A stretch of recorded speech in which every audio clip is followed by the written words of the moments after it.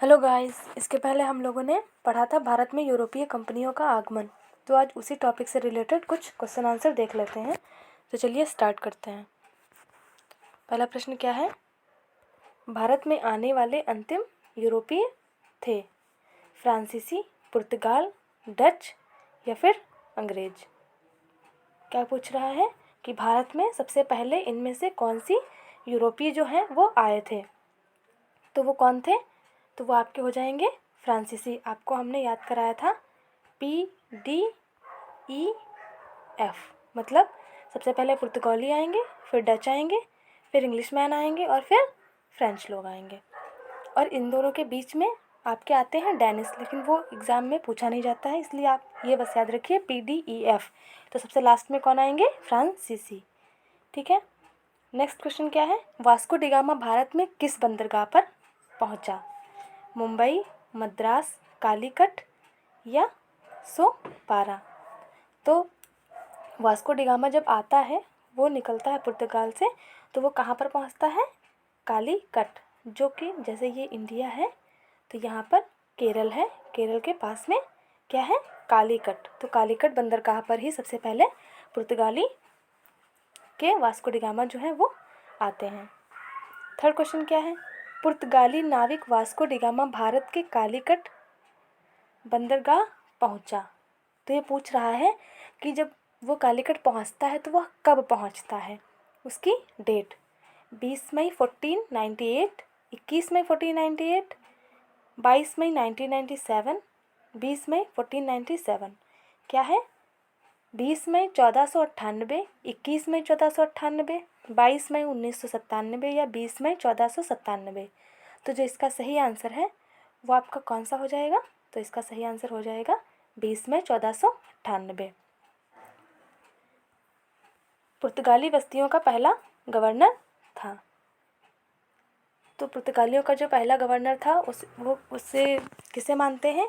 Almeida को मानते हैं, अल्बुकर्क को मानते हैं, डॉयच को मानते हैं या फिर हेनरी को।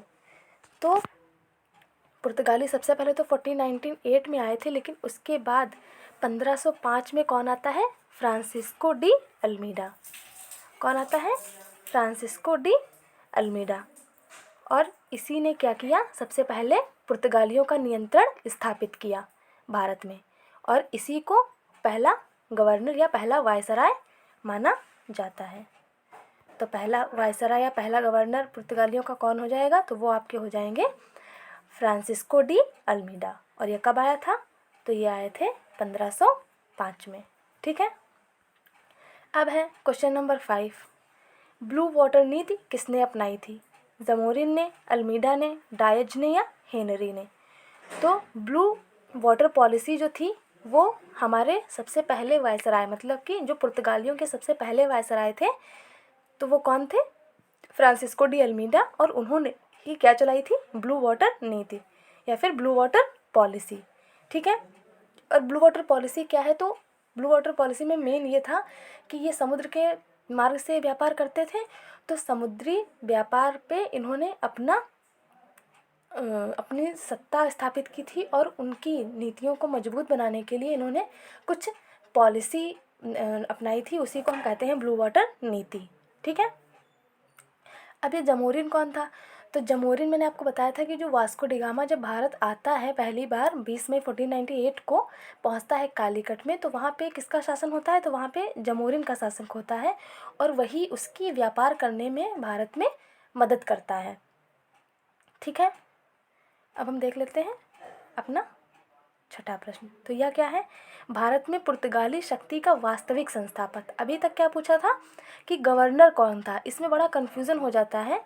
तो जो गवर्नर था वो था हमारा फ्रांसिस्को डी अल्मीडा, और जो वास्तविक संस्थापक था वो कौन हो जाएगा? तो वो आपका हो जाएगा अल्फांसो डी अल्बुकर्क। आपके ऑप्शन कौन कौन से हैं? जमोरिन, अल्मीडा, अल्बुकर्क या हेनरी। तो जो इसका सही आंसर है वो क्या हो जाएगा? अल्बुकर्क। इसको पूरा नाम क्या है? अल्फांसो डा अल्बुकर्क। और ये कब आया था? तो ये आया था, ये कब आता है? 1509 में। 1505 में हमारे कौन आते हैं? Francisco de Almeida. और ये यहाँ पर क्या करते हैं, आकर के अपना पुर्तगालियों का नियंत्रण स्थापित कर देते हैं, ब्लू वाटर पॉलिसी चला देते हैं, और उसके बाद ये 1509 में वापस चले जाते हैं। और फिर 1509 में वहाँ से गवर्नर बनकर के कौन आता है, अल्फांसो डी अल्बुकर्क। और इनके बारे में मैंने आपको बताया था कि इनको सबसे पहले तो इनको पुर्तगाली शक्ति का असली संस्थापक माना जाता है। और इन्होंने और भी कुछ चीज़ें की थी, जैसे इन्होंने होर्मुज जो द्वीप था उस पर अपना आधिपत्य कर लिया था, और गोवा को बीजापुर से छीन लिया था। और इनका यह मानना था कि जो पुर्तगाली लोग हैं उनको भारतीय स्त्रियों से शादी करनी चाहिए, और ऐसे वो भारत में अपनी सत्ता स्थापित कर सकते हैं। ठीक है, अब हम देख लेते हैं अपना नेक्स्ट क्वेश्चन। तो यह क्या है, 1632 में मुगल सम्राट शाहजहां ने किन पुर्तगाली बस्तियों को नष्ट कर दिया था। किसकी बात हो रही है, शाहजहां की बात हो रही है। और कब, तो 1632 में। कलकत्ता की, सूरत की, हुगली की या गोवा की, किन पुर्तगाली बस्तियों को नष्ट कर दिया था, तो वो कहाँ की थी, तो वह हमारी मुख्य रूप से कहाँ की हो जाएंगी, सूरत की। ठीक है, शाहजहां ने ऐसा किया क्यों था, तो क्या होता है, जो शाहजहां थे उनकी पुर्तगालियों से बनती नहीं थी, क्योंकि पुर्तगालियों ने इनकी दासियों का अपहरण कर लिया था, और इसी के चलते उन्होंने पुर्तगाली बस्तियों को नष्ट कर दिया था। ठीक है, अब हम देख लेते हैं आगे। प्रश्न नंबर 8वां, भारत में तंबाकू की खेती, क्या है, तंबाकू की खेती का प्रचलन किसने किया, पुर्तगालियों ने, फ्रांसीसियों ने, डचों ने या फिर अंग्रेजों ने। तो जो इसका सही आंसर हो जाएगा वो आपका हो जाएगा पुर्तगालियों ने। अब जब पुर्तगालियों की बात हो ही रही है तो हम देख लेते हैं कि पुर्तगालियों ने और क्या क्या योगदान दिए, या फिर उन्होंने मतलब पुर्तगालियों की कौन सी देन है जो मानी जाती हैं कि पुर्तगालियों ने ही उनको भारत को सौंपा है। तो वो हमारे हो जाएंगे, सबसे पहले तो तब तंबाकू हो गया। तंबाकू के साथ साथ जो लाल मिर्च जो होती है वो भी कहाँ से आई थी, पुर्तगाल से आई थी। और आलू हो गया, मक्का हो गया, ये सब चीज़ें कहाँ से आई थी, तो वो आई थी पुर्तगाल से। और इसी के साथ साथ जहाज निर्माण व प्रिंटिंग प्रेस तकनीकी, यह भी किसकी देन है, तो यह भी पुर्तगालियों की देन है। ठीक है, अब हम देख लेते हैं नेक्स्ट, यह क्या है, प्रश्न नंबर 9, डच कोरोमंडल तटीय प्रदेश से मुख्य रूप से निर्यात करते थे। जो डच लोग थे वो कोरोमंडल, जो नीचे का हमारा जगह है कोरोमंडल, वहाँ से किस चीज़ का निर्यात करते थे, तो पहला क्या है, वस्त्र, दूसरा है नील, तीसरा है मसाले, और चौथा है सोरा। तो मुख्य रूप से जो डच थे वो कोरोमंडल से किसका निर्यात करते थे, तो वो हमारा हो जाएगा वस्त्र। ठीक है, अब है हमारा प्रश्न नंबर 10, बंगाल में प्रथम डच फैक्ट्री की स्थापना की गई। तो जो बंगाल में प्रथम डच फैक्ट्री थी वो कौन सी थी, और मतलब यह इसकी जो स्थापना की गई थी वो कहाँ पर की गई थी, चिंसुरा में, बालासोर में, पिपली में या कासिम बाजार में। तो जो डच फैक्ट्री थी वह थी चिंसुरा। ठीक है, चिंसुरा में डचों ने क्या की थी, अपनी फैक्ट्री बनाई थी। और बंगाल में जो पुर्तगाली फैक्ट्री थी वो कहाँ पर थी, तो वो थी आपकी हुगली में। कहाँ थी, हुगली में। डच की फैक्ट्री कहाँ थी, चिंसुरा में थी। और जो पुर्तगालियों की पहली फैक्ट्री थी जो उन्होंने बंगाल में बनाई थी वो हुगली में थी। ठीक है, अब हम देख लेते हैं प्रश्न नंबर 11, वो क्या है, सर्वप्रथम अंग्रेजों ने भारत में अपनी व्यापारिक कोठी स्थापित की। अब किसकी बात कर रहे हैं, अंग्रेजों की, कि उन्होंने सबसे पहले अपनी व्यापारिक कोठी कहाँ स्थापित की थी, बम्बई में, मद्रास में, सूरत में या हुगली में। तो इसका जो सही आंसर है वो हो जाएगा सूरत में। सूरत में उन्होंने 1608 में क्या किया था, अपनी सबसे पहली व्यापारिक कोठी स्थापित की थी। और इस कोठी को स्थापित करने के लिए उन्होंने परमिशन किससे ली थी, फरमान किससे जारी करवाया था, तो वो उन्होंने करवाया था जहांगीर से। क्योंकि उस टाइम यहाँ पर भारत में किसका शासन था, जहांगीर का शासन था। जब ये जब अंग्रेज वहाँ से निकलते हैं परमिशन लेकर के, जेम्स प्रथम की, वहाँ पे जेम्स प्रथम राजा होते हैं, जेम्स प्रथम से परमिशन लेकर के वहाँ से निकलते हैं, तब यहाँ पर अकबर का शासन होता है। लेकिन यहाँ आते आते अकबर की डेथ हो जाती है और उस टाइम शासन होता है जहांगीर का। तो ये जहांगीर से परमिशन लेते हैं और 1608 में अपनी जो फैक्ट्री होती है वो सूरत में स्थापित कर लेते हैं। ठीक है, फिर है अंग्रेजों ने पूर्व भारत में अपनी प्रथम फैक्ट्री स्थापित की। कहाँ की बात हो रही है? पूर्व भारत में। पूर्व भारत मतलब ये वाला इधर साइड में, ठीक है। तो कहाँ कहाँ पे दिया हुआ है? बंगाल में, उड़ीसा में, बिहार में या असम में। तो जो सबसे पहले उन्होंने किया था वो कहाँ किया था? उड़ीसा में। इसलिए इसका सही आंसर क्या हो जाएगा? उड़ीसा में। सॉरी। बंगाल के किस बंदरगाह को पुर्तगाली पोर्टो ग्रांडे या महान मंदिर कहा करते थे? किनकी बात हो रही है? पुर्तगाली की। और कहाँ पर? तो बंगाल में। बंगाल में वो कौन सी जगह थी जिसको पुर्तगाली पोर्टो ग्रांडे या महान मंदिर कहा जाता था? चटगांव, सतगांव, हुगली या चंद्रद्वीप। तो जो इसका सही आंसर है वो आपका हो जाएगा चटगांव, ठीक है। अब हम देख लेते हैं अपना नेक्स्ट क्वेश्चन। वह क्या है? बंगाल में सर्वाधिक महत्वपूर्ण फ्रांसीसी बस्ती, किसकी बात हो रही है? फ्रांसीसी बस्ती की, कि वह कौन सी थी? हुगली थी, मुर्शिदाबाद थी, चंद्रनगर थी या ढाका थी? कहाँ की बात हो रही है? बंगाल में। तो बंगाल की जो सबसे महत्वपूर्ण थी वो आपकी हो जाएगी चंद्रनगर, ठीक है। फिर है अगला प्रश्न। बंगाल से अंग्रेज मुख्यतः निर्यात करते थे। किसकी बात हो रही है? अंग्रेजों की, कि वो बंगाल से क्या निर्यात करते थे? शक्कर करते थे, शोरा करते थे या फिर रेशम करते थे या सभी? तो बंगाल से ये तीनों चीज़ें अंग्रेज निर्यात करते थे, इसलिए इसका सही आंसर हो जाएगा उपयुक्त सभी। फिर है पुर्तगालियों ने भारत में पहला दुर्ग, पहली फैक्ट्री या फिर पहली कोठी, इसे कुछ भी कहा जा सकता है, और बात किसकी हो रही है? पुर्तगालियों की। तो इन्होंने सबसे पहले कहाँ बनाया था? मैंने आपको बताया था कि ये कहाँ आता है? अफ्रीका के गुड होप से होते हुए ये यहाँ भारत में कालीकट में पहुँचता है और यहीं पे है कोचीन। तो सबसे पहले ये इन्होंने जो अपनी फैक्ट्री बनाई थी वो कहाँ बनाई थी? कोचीन में, ठीक है। फिर है गोवा पर पुर्तगालियों का आधिपत्य कब हुआ? किसकी बात हो रही है? पुर्तगालियों की। और कहाँ पर? गोवा पर। 1508 में, 1509 में, 1510 में या 1515 में? तो मैंने आपको क्या बताया था कि 1509 में जो अल्फांसो डी अल्बुकर्क था वो गवर्नर बनकर के भारत में आता है। तो 1509 में तो आ गया, और 1510 में ये क्या करता है? 1510 में ये क्या करता है? जो बीजापुर था, ठीक है, बीजापुर। तो बीजापुर में उस टाइम जो शासक था वो कौन था? यूसुफ आदिल शाह, ठीक है। तो यह उससे क्या करता है? गोवा को छीन लेता है और गोवा पर अपना आधिपत्य स्थापित कर लेता है। और इसी के साथ साथ इसने क्या किया था? कोचीन में पुर्तगाली दुर्ग का निर्माण भी किया था, ठीक है। ये किसने किया था? तो अल्फांसो डी अल्बुकर्क, और इसी को पुर्तगाली शक्ति का असली संस्थापक भी कहा जाता है। पूर्वी जगत में आने वाली किस यूरोपीय जाति का व्यापार केवल चीन तक ही सीमित था? अंग्रेज, पुर्तगाली, डच या फिर डैनिश? तो इसका जो सही आंसर है वो आपका क्या हो जाएगा? डैनिश। जो डैनिश था वह मुख्य रूप से उसने चीन की ओर अपना ध्यान केंद्रित किया और वहीं तक व्यापार किया। फिर है मालाबार तट की खोज किसने की? Columbus, Pedro de Covilham, Vasco da Gama या अल्बुकर्क? तो जो मालाबार तट है उसकी खोज किसने की है? तो उसने की थी पेड्रो डी कोविल्हम ने, ठीक है। तो इसका सही आंसर हो जाएगा पेड्रो डी कोविल्हम। अब है प्रश्न नंबर 20। पुर्तगालियों ने क्रमशः कब गोवा जीता और होर्मुज को खो दिया? किसकी किसकी बात हो रही है? गोवा की बात हो रही है और होर्मुज की बात हो रही है।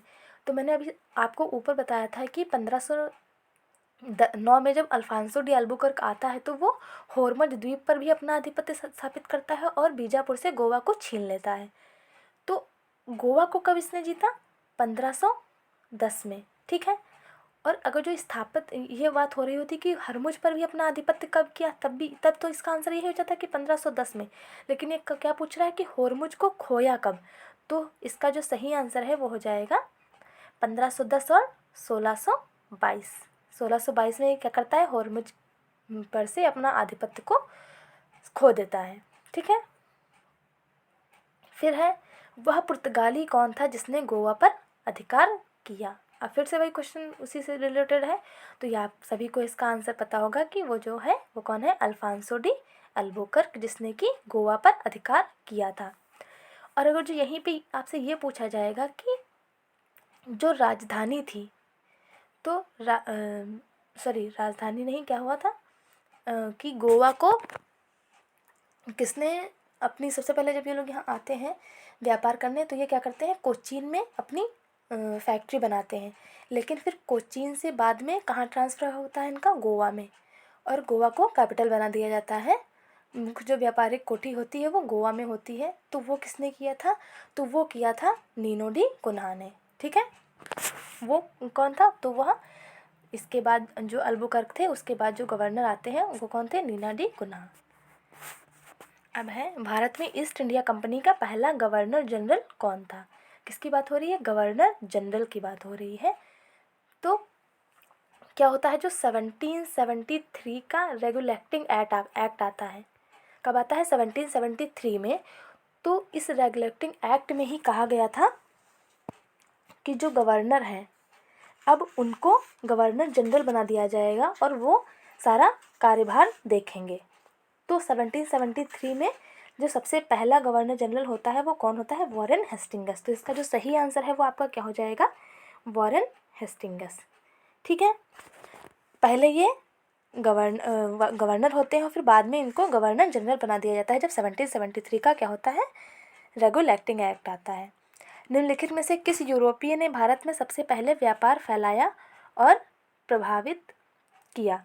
ठीक है, तो इसके कौन कौन से ऑप्शन है, ब्रिटिश, फ्रेंच, डच, पुर्तगाली। तो आप सभी को पता है कि जो सबसे पहले भारत में आए थे यूरोपीय वो कौन थे, पुर्तगाली, और इन्होंने ही अपना व्यापार फैलाया था। इनका सीक्वेंस क्या है, तो इनका सीक्वेंस है कि 1498 में सबसे पहले कौन आते हैं, पुर्तगाली आते हैं। फिर 1600 में आपके अंग्रेज आते हैं, PDEF। ये कब आते हैं, ये आपके आते हैं 1498 में। ये आते हैं आपको 1600 में, ये आते हैं आपके 1602 में, और सबसे लास्ट में जो फ्रांसीसी हैं वो हमारे आते हैं 1664 में। फिर है, भारत तक समुद्री मार्ग की खोज की गई थी। तो ये आप सभी को पता है कि भारत तक जो समुद्री मार्ग की खोज की थी वो किसने की थी, पुर्तगालियों ने की थी। और पुर्तगालियों में भी कौन, तो वास्को डी गामा ने की थी।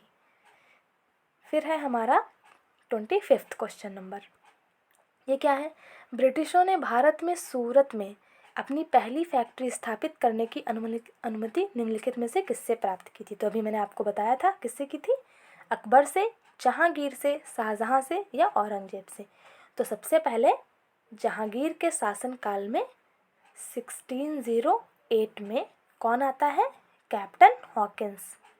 क्या नाम होता है, कैप्टन हॉकिंस आते हैं और ये क्या करते हैं, जहांगीर को बहुत सारे उपहार और भेंट देते हैं जिससे कि वो उनको प्रसन्न कर सकें और उनसे अनुमति प्रदान लेते हैं। और इसी के फिर क्या होता है, जो जहांगीर होते हैं वो उनकी जो उन्होंने अंग्रेजी दस्ताने और एक बग्घी गिफ्ट की थी उससे जो जहांगीर होते हैं वो प्रसन्न हो जाते हैं, वो फरमान जारी कर देते हैं जिससे कि 1608 में ये सूरत में क्या करते हैं, अपनी फैक्ट्री स्थापित कर लेते हैं।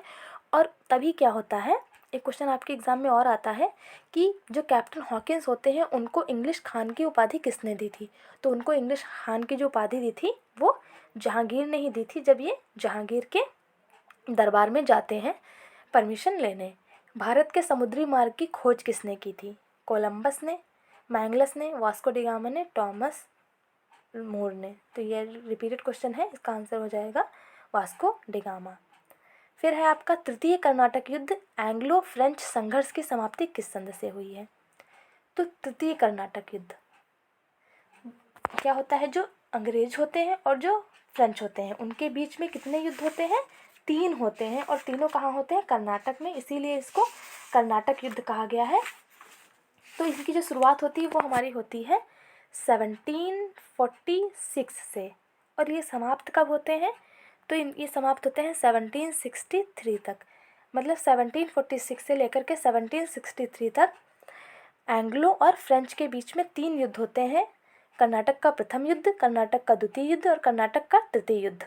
ठीक है, जो कर्नाटक का प्रथम युद्ध होता है वो आपका चलता है 1746 से 1748 तक। कब से कब तक के चलता है? 1746 से लेकर के 1748 तक के। और जो सेकंड हमारा है वॉर, वो चलता है हमारा 1749 से लेकर के 54 तक, ठीक है। और जो सबसे लास्ट होता है वो हमारा चलता है 1756 से लेकर के 63 तक, ठीक है। तो जो फर्स्ट वाला वार होता है वो होता है, उसके बाद हमारा होता है सेकंड, और उसके बाद हमारा होता है थर्ड। तो जो सेकंड वाला कर्नाटक युद्ध होता है 1749 से लेकर के 1754 तक के, इसमें क्या होता है, अंग्रेज और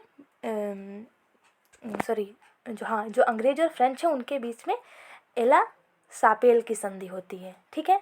और जो थर्ड हमारा तृतीय कर्नाटक युद्ध होता है, उसमें जो संधि होती है वो हमारी पेरिस की संधि होती है।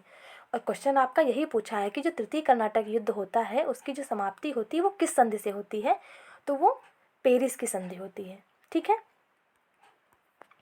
फिर है क्वेश्चन नंबर 28, पुर्तगाली व्यापारिक कंपनी के भारत आगमन का सर्वप्रथम उद्देश्य था काली मिर्च व अन्य मसालों के व्यापार पर एकाधिकार प्राप्त करना, धर्मांतरण करना, राज्य स्थापित करना, या इनमें से कोई नहीं। तो ये जो पुर्तगाली होते हैं, सबसे पहले जब चैप्टर की स्टार्टिंग होती है तभी वहाँ पे ये लिखा हुआ है, आपको मिल जाएगा कि वो अपने यहाँ के जो राजा रानी होते हैं वो उनको तरह तरह के प्रलोभन देते हैं। वो उनसे कहते हैं कि हमें आप धन उपलब्ध कराओ और नाव उपलब्ध कराओ, हमें जाकर के दूसरे देशों की या फिर भारत की खोज करनी है। क्यों और वो क्या प्रलोभन देते हैं, वो बताते हैं कि हम जाकर के वहाँ की भूमि पर अपना झंडा लहरा सकते हैं, ईसाई धर्म का प्रचार कर सकते हैं और वहाँ से व्यापार करके बहुत ज़्यादा प्रॉफिट कमा सकते हैं। तो उनका जो मुख्य उद्देश्य था वो था काली मिर्च व अन्य मसालों के व्यापार पर एकाधिकार प्राप्त करना, ठीक है। फिर है आपका क्वेश्चन नंबर 29, पुर्तगालियों ने भारत में सर्वप्रथम कहाँ फैक्ट्री स्थापित की? किसकी बात हो रही है? पुर्तगालियों की बात हो रही है। तो कोचीन में, कालीकट में, पुलिकट या कैन्नानूर। तो आप सभी को पता होगा कि पुर्तगालियों ने, अभी तक के मैंने इतनी बार बताया है कि जो पुर्तगाली होते हैं वो उन्होंने सबसे पहली जो फैक्ट्री थी वो कहाँ पे स्थापित की? कोचीन में की थी, ठीक है। अब है हमारा सबसे आखिरी प्रश्न, यह क्या है? 1717 ईस्वी में निम्नलिखित में से कौन से मुगल सम्राट ने अंग्रेजों की ईस्ट इंडिया कंपनी को भारत में व्यापार पर विशेषाधिकार प्रदान करने का फरमान जारी किया? शाह आलम द्वितीय, बहादुर शाह, जहांगीर शाह या फर्रुखशियर? तो किसकी बात हो रही है? 1717 ईस्वी में और अंग्रेजों की ईस्ट इंडिया कंपनी को भारत में विशेष अधिकार प्राप्त हो गया था जिससे कि वे क्या कर सकते थे? भारत में व्यापार कर सकते थे। तो यह जो फरमान दिया था, जारी किया था, वो किसने किया था? फर्रुखशियर ने। और क्यों किया था? तो 1717 में क्या होता है, अंग्रेज़ों की कंपनी का एक दल जो होता है वो इनसे मिलने आता है और उस टाइम बादशाह की जो तबीयत होती है वो थोड़ी नाजुक होती है और उन्हीं दल में एक हैमिल्टन नाम का डॉक्टर होता है। वो इनको इस जो गंभीर बीमारी होती है इससे आज़ाद कर देता है। इससे ये बहुत ज़्यादा प्रसन्न होते हैं और यह फरमान जारी कर देते हैं कि इंडिया में जो ईस्ट इंडिया कंपनी है वो व्यापार कर सकती है और उसको यह विशेषाधिकार दे देते हैं। तो ये थे हमारे आज के कुछ प्रश्न। अगर जो आपको यह वीडियो पसंद आई हो तो लाइक करें, शेयर करें और सब्सक्राइब करना ना भूलें। साथ ही आप लोग बेल आइकन भी दबा लें जिससे कि अगर जो कोई भी वीडियो आती है तो वो आप तक पहुंच सके। Thanks for watching.